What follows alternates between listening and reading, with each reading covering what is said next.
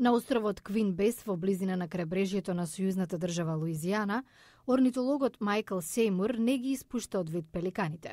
Тие можат да летаат и да ловат риба од океанот и на преку 30 километри од брегот, но токму таму се случува нафтеното излевање, барем за сега.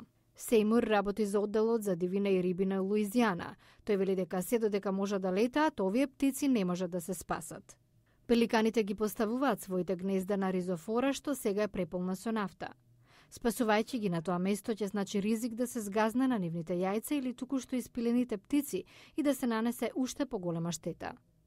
Во меѓувреме беа поставени високи огради од колци околу островите за да се спречи нафтата да достигне до ризофората. Мошно е тешко за мене како љубител на птици да гледам како страдаат, а не можам да им помогнам. Кај оваа група пеликани, например, едниот со расширени крила е покриен со нафта. Во друга група, пеликанот од десно е исто таков. Спасувачкиот брод им се приближува тивко, но тие се плашат и летаат. Во Форт Джексон е отворен објект за помош на погодените животни од оваа катастрофа. Ветеринарија испитуваат ситуацијата на секоја од донесените птици и доколку е потребно им му кажуваат соодветен третман. Потоа секој од животните оди на 2 до 3 чистења со течен сапун за да се отстрани нафтата. За ова е потребно околу 1 час. Штом ќе се исчистат птиците, се ставаат во базени и по околу 3 недели постарите пеликани можат да си ја вратат силата.